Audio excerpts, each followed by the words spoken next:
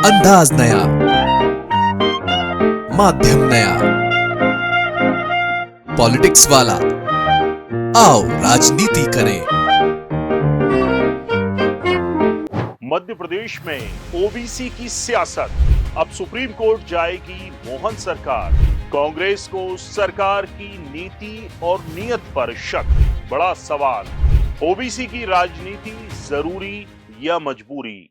नमस्कार, आप देख रहे हैं पॉलिटिक्स वाला, मैं हूं राशिद। राहुल गांधी पिछड़ों की बात करते हैं, जातिगत जनगणना की बात करते हैं। पूर्व मुख्यमंत्री कमलनाथ ने मध्य प्रदेश में ओबीसी वर्ग के लिए 27% आरक्षण की पहल की थी। अब मुख्यमंत्री मोहन यादव भी इस दिशा में पीछे नहीं रहना चाहते, न दिखना चाहते हैं। लिहाजा ओबीसी को 27% आरक्षण सुनिश्चित करने के लिए सुप्रीम कोर्ट जाने की तैयारी की है। मुख्यमंत्री डॉक्टर मोहन यादव ने एडवोकेट जनरल प्रशांत सिंह को निर्देश दिए हैं कि सुप्रीम कोर्ट में जल्द से जल्द सुनवाई के लिए आवेदन लगाया जाए, ताकि कोर्ट का फैसला आने के बाद सरकार उसे लागू कर सके। हमारी सरकार बनने के पहले से ही लगातार लाइन है कि 27% आरक्षण ओबीसी को मिले, एससी को जो निर्धारित आरक्षण वो मिले, एसटी को मिले। न्यायालयीन, सुप्रीम कोर्ट, हाई कोर्ट, ऐसी कई सारी याचिकाएं अलग अलग चल रही है। आज हमने इस संबंध में समग्र एक बड़ी बैठक की, जिसमें लॉ डिपार्टमेंट के, जीएडी के, हमारे सीएस से लेकर सभी वरिष्ठ अधिकारियों के साथ विस्तार से बात की और हमने दोबारा अपना मंतव्य प्रकट किया कि जल्दी से जल्दी कोर्ट सुप्रीम कोर्ट से, हाई कोर्ट से डिसाइड करे। कांग्रेस ने सरकार के फैसले का स्वागत किया है, लेकिन उसे सरकार की नीयत और नीति दोनों पर शक है। प्रदेश कांग्रेस अध्यक्ष जीतू पटवारी ने सरकार की मंशा पर सवाल उठाते हुए कहा कि भाजपा सिर्फ सरकारी प्रक्रियाओं में उलझाकर ओबीसी वर्ग को गुमराह करने की कोशिश कर रही है। 13% और 14% का जो भावना है, ये भी कोर्ट ने व्यक्त नहीं की, सरकार ने निर्णय लिया। मैं पहले भी इस बात को कह चुका हूँ। अब मोहन यादव जी अगर ये बात कहते हैं कि हम सारी जितनी भी अलग अलग तरह की याचिकाएं लगी उसको सुप्रीम कोर्ट में एक साथ लगाने की पहल कर रहे हैं और प्रयास कर रहे हैं और अपना पक्ष ओबीसी के पक्ष में दृढ़ता से रखेंगे, ये अगर मुख्यमंत्री जी ने कहा है तो मैं उनका स्वागत करता हूं, पर आपकी नीयत ठीक नहीं दिखती है। दरअसल मध्य प्रदेश में ओबीसी वर्ग को आरक्षण पर सुप्रीम कोर्ट और हाई कोर्ट के जो फैसले हैं, उनको लेकर ही गफलत की स्थिति बनी हुई है। इसलिए सरकार ने इस मामले में सुप्रीम कोर्ट में अपना रुख स्पष्ट करने का फैसला किया है। आपको बताते हैं मध्य प्रदेश में ओबीसी आरक्षण कैसे बढ़ा और इस पर विवाद कैसे निर्मित हुआ। मध्य प्रदेश में साल 2019 तक ओबीसी को 14%, एसटी को 20% और एससी को 16% आरक्षण मिलता था। बाकी बचे 50% पद अनरिजर्व कैटेगरी से भरे जाते थे। 2019 में कमलनाथ सरकार ने ओबीसी आरक्षण को 14% से बढ़ाकर 27% कर दिया, जिससे आरक्षण की कुल सीमा 63% हो गई। इस फैसले को हाई कोर्ट में चुनौती दी गई।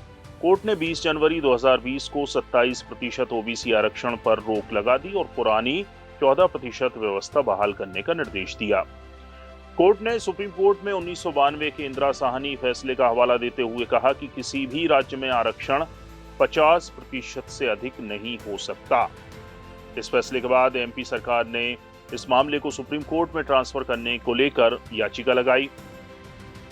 इसके बाद हाई कोर्ट ने कहा कि ट्रांसफर याचिका पर जब तक सुप्रीम कोर्ट का रुख साफ नहीं होता, तब तक हाई कोर्ट भी सुनवाई नहीं करेगा। तब से लेकर अब तक मामले में 85 से ज्यादा याचिकाएं दायर हो चुकी हैं और सभी मामले विचाराधीन हैं। मध्य प्रदेश हाई कोर्ट के अंतरिम आदेश के बाद सरकार ने यह फैसला सुप्रीम कोर्ट में स्थानांतरित करने का फैसला किया। आपको बता दें कि हाई कोर्ट ने 2020 में ओबीसी के लिए बढ़ाए गए 13% आरक्षण पर रोक लगाई थी। इस अंतरिम आदेश के बाद भी कई अन्य नियुक्तियों पर भी रोक लगा दी गई। 4 अगस्त 2023 को हाईकोर्ट ने एक अंतरिम आदेश के तहत राज्य को 87:13 का फॉर्मूला लागू करने का निर्देश दिया था, यानी 100 भर्तियां अगर निकलती हैं तो 87 पर भर्ती की जाए, जबकि 13 होल्ड रखी जाए। इसके बाद 28 जनवरी 2025 को इसी साल हाईकोर्ट ने 87-13 फॉर्मूले को चुनौती देने वाली याचिकाएं खारिज कर दी, जिससे 27% आरक्षण का रास्ता साफ हो गया। 13 फरवरी को सरकार ने सुप्रीम कोर्ट जाने का फैसला किया ताकि आरक्षण के खिलाफ लगी बाकी याचिकाएं भी या तो वापस हो जाएं या फिर खारिज हों। आपको बता दें कि प्रदेश में ओबीसी की 94 जातियां हैं। ये सबसे ज्यादा चंबल, बुंदेलखंड और विंध्य अंचल में हैं। अगर आबादी के लिहाज से देखा जाए तो मध्य प्रदेश की कुल आबादी का 50.09% ओबीसी वर्ग है, यानी कि 50.09% ओबीसी वर्ग की आबादी है मध्य प्रदेश में।